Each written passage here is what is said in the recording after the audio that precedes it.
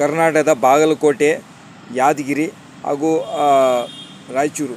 First Raichur, Yadgir, Bagalkot ಈ 3 ನಗರಗಳು ಜಗತ್ತಿನಲ್ಲಿ ಅತ್ಯಂತ ಉಷ್ಣಾಂಶ ಇರುವ ನಗರಗಳ ಪಟ್ಟಿಯಲ್ಲಿ ಸ್ಥಾನ ಪಡೆದಿವೆ. ಅಂದರೆ 100 ನಗರಗಳು ಉಷ್ಣಾಂಶ ಇರುವ ಆ 100 ನಗರಗಳಲ್ಲಿ ಇದು ಒಂದು ಸ್ಥಾನ ಪಡೆದಿವೆ. 24 ಸ್ಥಾನ ರಾಯಚೂರಿಗೆ.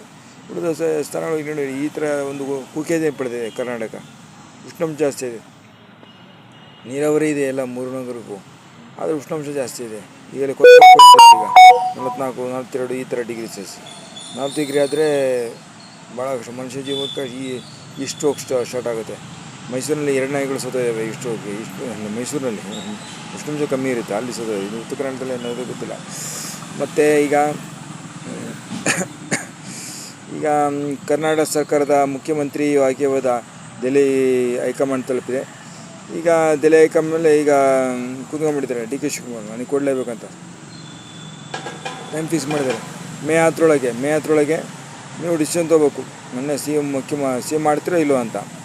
ಇಲ್ಲಾಂದರೆ ನಂತರ ನಿಮಗೆ ಅಂತ ಹೇಳಿದ್ದಾರೆ.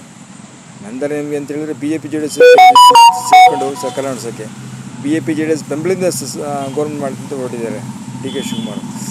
ಇನ್ನೊಂದು ಕಡೆ ಪರಮೇಶ್ವರ್ ಕೂಡ ಈ ಪ್ರಜೆಗಳಲ್ಲಿ 3ನೇ ಲಾಭ ನನಗೆ ಅವರು ರೆಡಿಯಾಗಿರ್ತಾರೆ ದಲಿತ ಸಿ ಎಮ್ ಆಗೋಕ್ಕೆ. ಸಿದ್ದರಾಮಯ್ಯ ಏನು ಮಾಡ್ತಾರೆ? ಸಿದ್ದರಾಮಯ್ಯ ನವಂಬರ್ 20ರೊಳಗೆ ಸಂಪುಟ ರಚನೆ ಮಾಡ್ತೀನಿ. ನವಂಬರ್ 20ರೊಳಗೆ ಇದ್ದರೆ ನವಂಬರ್ 20ಕ್ಕೆ 2 ವರ್ಷ ಆಯಿತು. ಈಗ ಮೇ 20ರೊಳಗೆ ಅಂದರೆ ಮೇ 20ಕ್ಕೆ ಅವರಿಗೆ 3 ವರ್ಷ ಆಗುತ್ತೆ. ರಾಜ್ಯದಲ್ಲಿ 3 ವರ್ಷ ಅಧಿಕ ಸಿ ಎಮ್ 2023 ಸಿ ಎಮ್ ಆಗಿದ್ಮೇಲೆ 3 ವರ್ಷ ಆಗುತ್ತೆ. 3 ವರ್ಷ ಮತ್ತೆ ಸಂಪುಟ ರಚನೆ ಮಾಡ್ತಂತ ಹೊರಟಿದ್ದಾರೆ. 15 ಜನ ಹೊಸತು ಹೊರಟಂತೆ ಕೈ ಬಿಟ್ಟು. ಈಗಾಗಲೇ ಡಿ ಸುಧಾಗಾಯಿತು. ಹಿರಿಯ ಶಾಸಕ ಹಾಗೂ ಚಿತ್ರದುರ್ಗ ಜಿಲ್ಲಾ ಸಚಿವ ಡಿ ಸುಧಾಕರ್ ಸ್ಥಿತಿ ಗಂಭೀರವಾಗಿದೆ. ಬೆಂಗಳೂರಿನ ಹಾಸ್ಪಿಟ್ಲ್ ಇದ್ದಾರೆ. ಅವ್ರು ನೋಡೋದಕ್ಕೆ ಡಿ ಸಿ ಎಮ್ ಹೋಗಿದ್ರು. ಕಷ್ಟ ಇದೆ ಅವರು ಜೀವ. ಅವರು ಏನೇನು ನಿಧನ ಆಯ್ತಂದರೆ ಈಗ ಅವರು ನಡೆದಾಗ ಕಷ್ಟ ಇದೆ. ಈಗ ಅವ್ರು ನಿಧಾನದಂದು ಈಗ ಬದುಕಿರುವೆ ಸಚಿವರಾಗಲ್ಲ. ಅವರಿಂದ ರಾಜೀನಾಮೆ ಪಡ್ಕೊಂಡು ಬೇರೊಬ್ಬ ಒಟ್ಟು ಇಬ್ಬರು ಎರಡು ಸ್ಥಾನ ಕಾಲಿದ್ದೇವೆ. ಎರಡು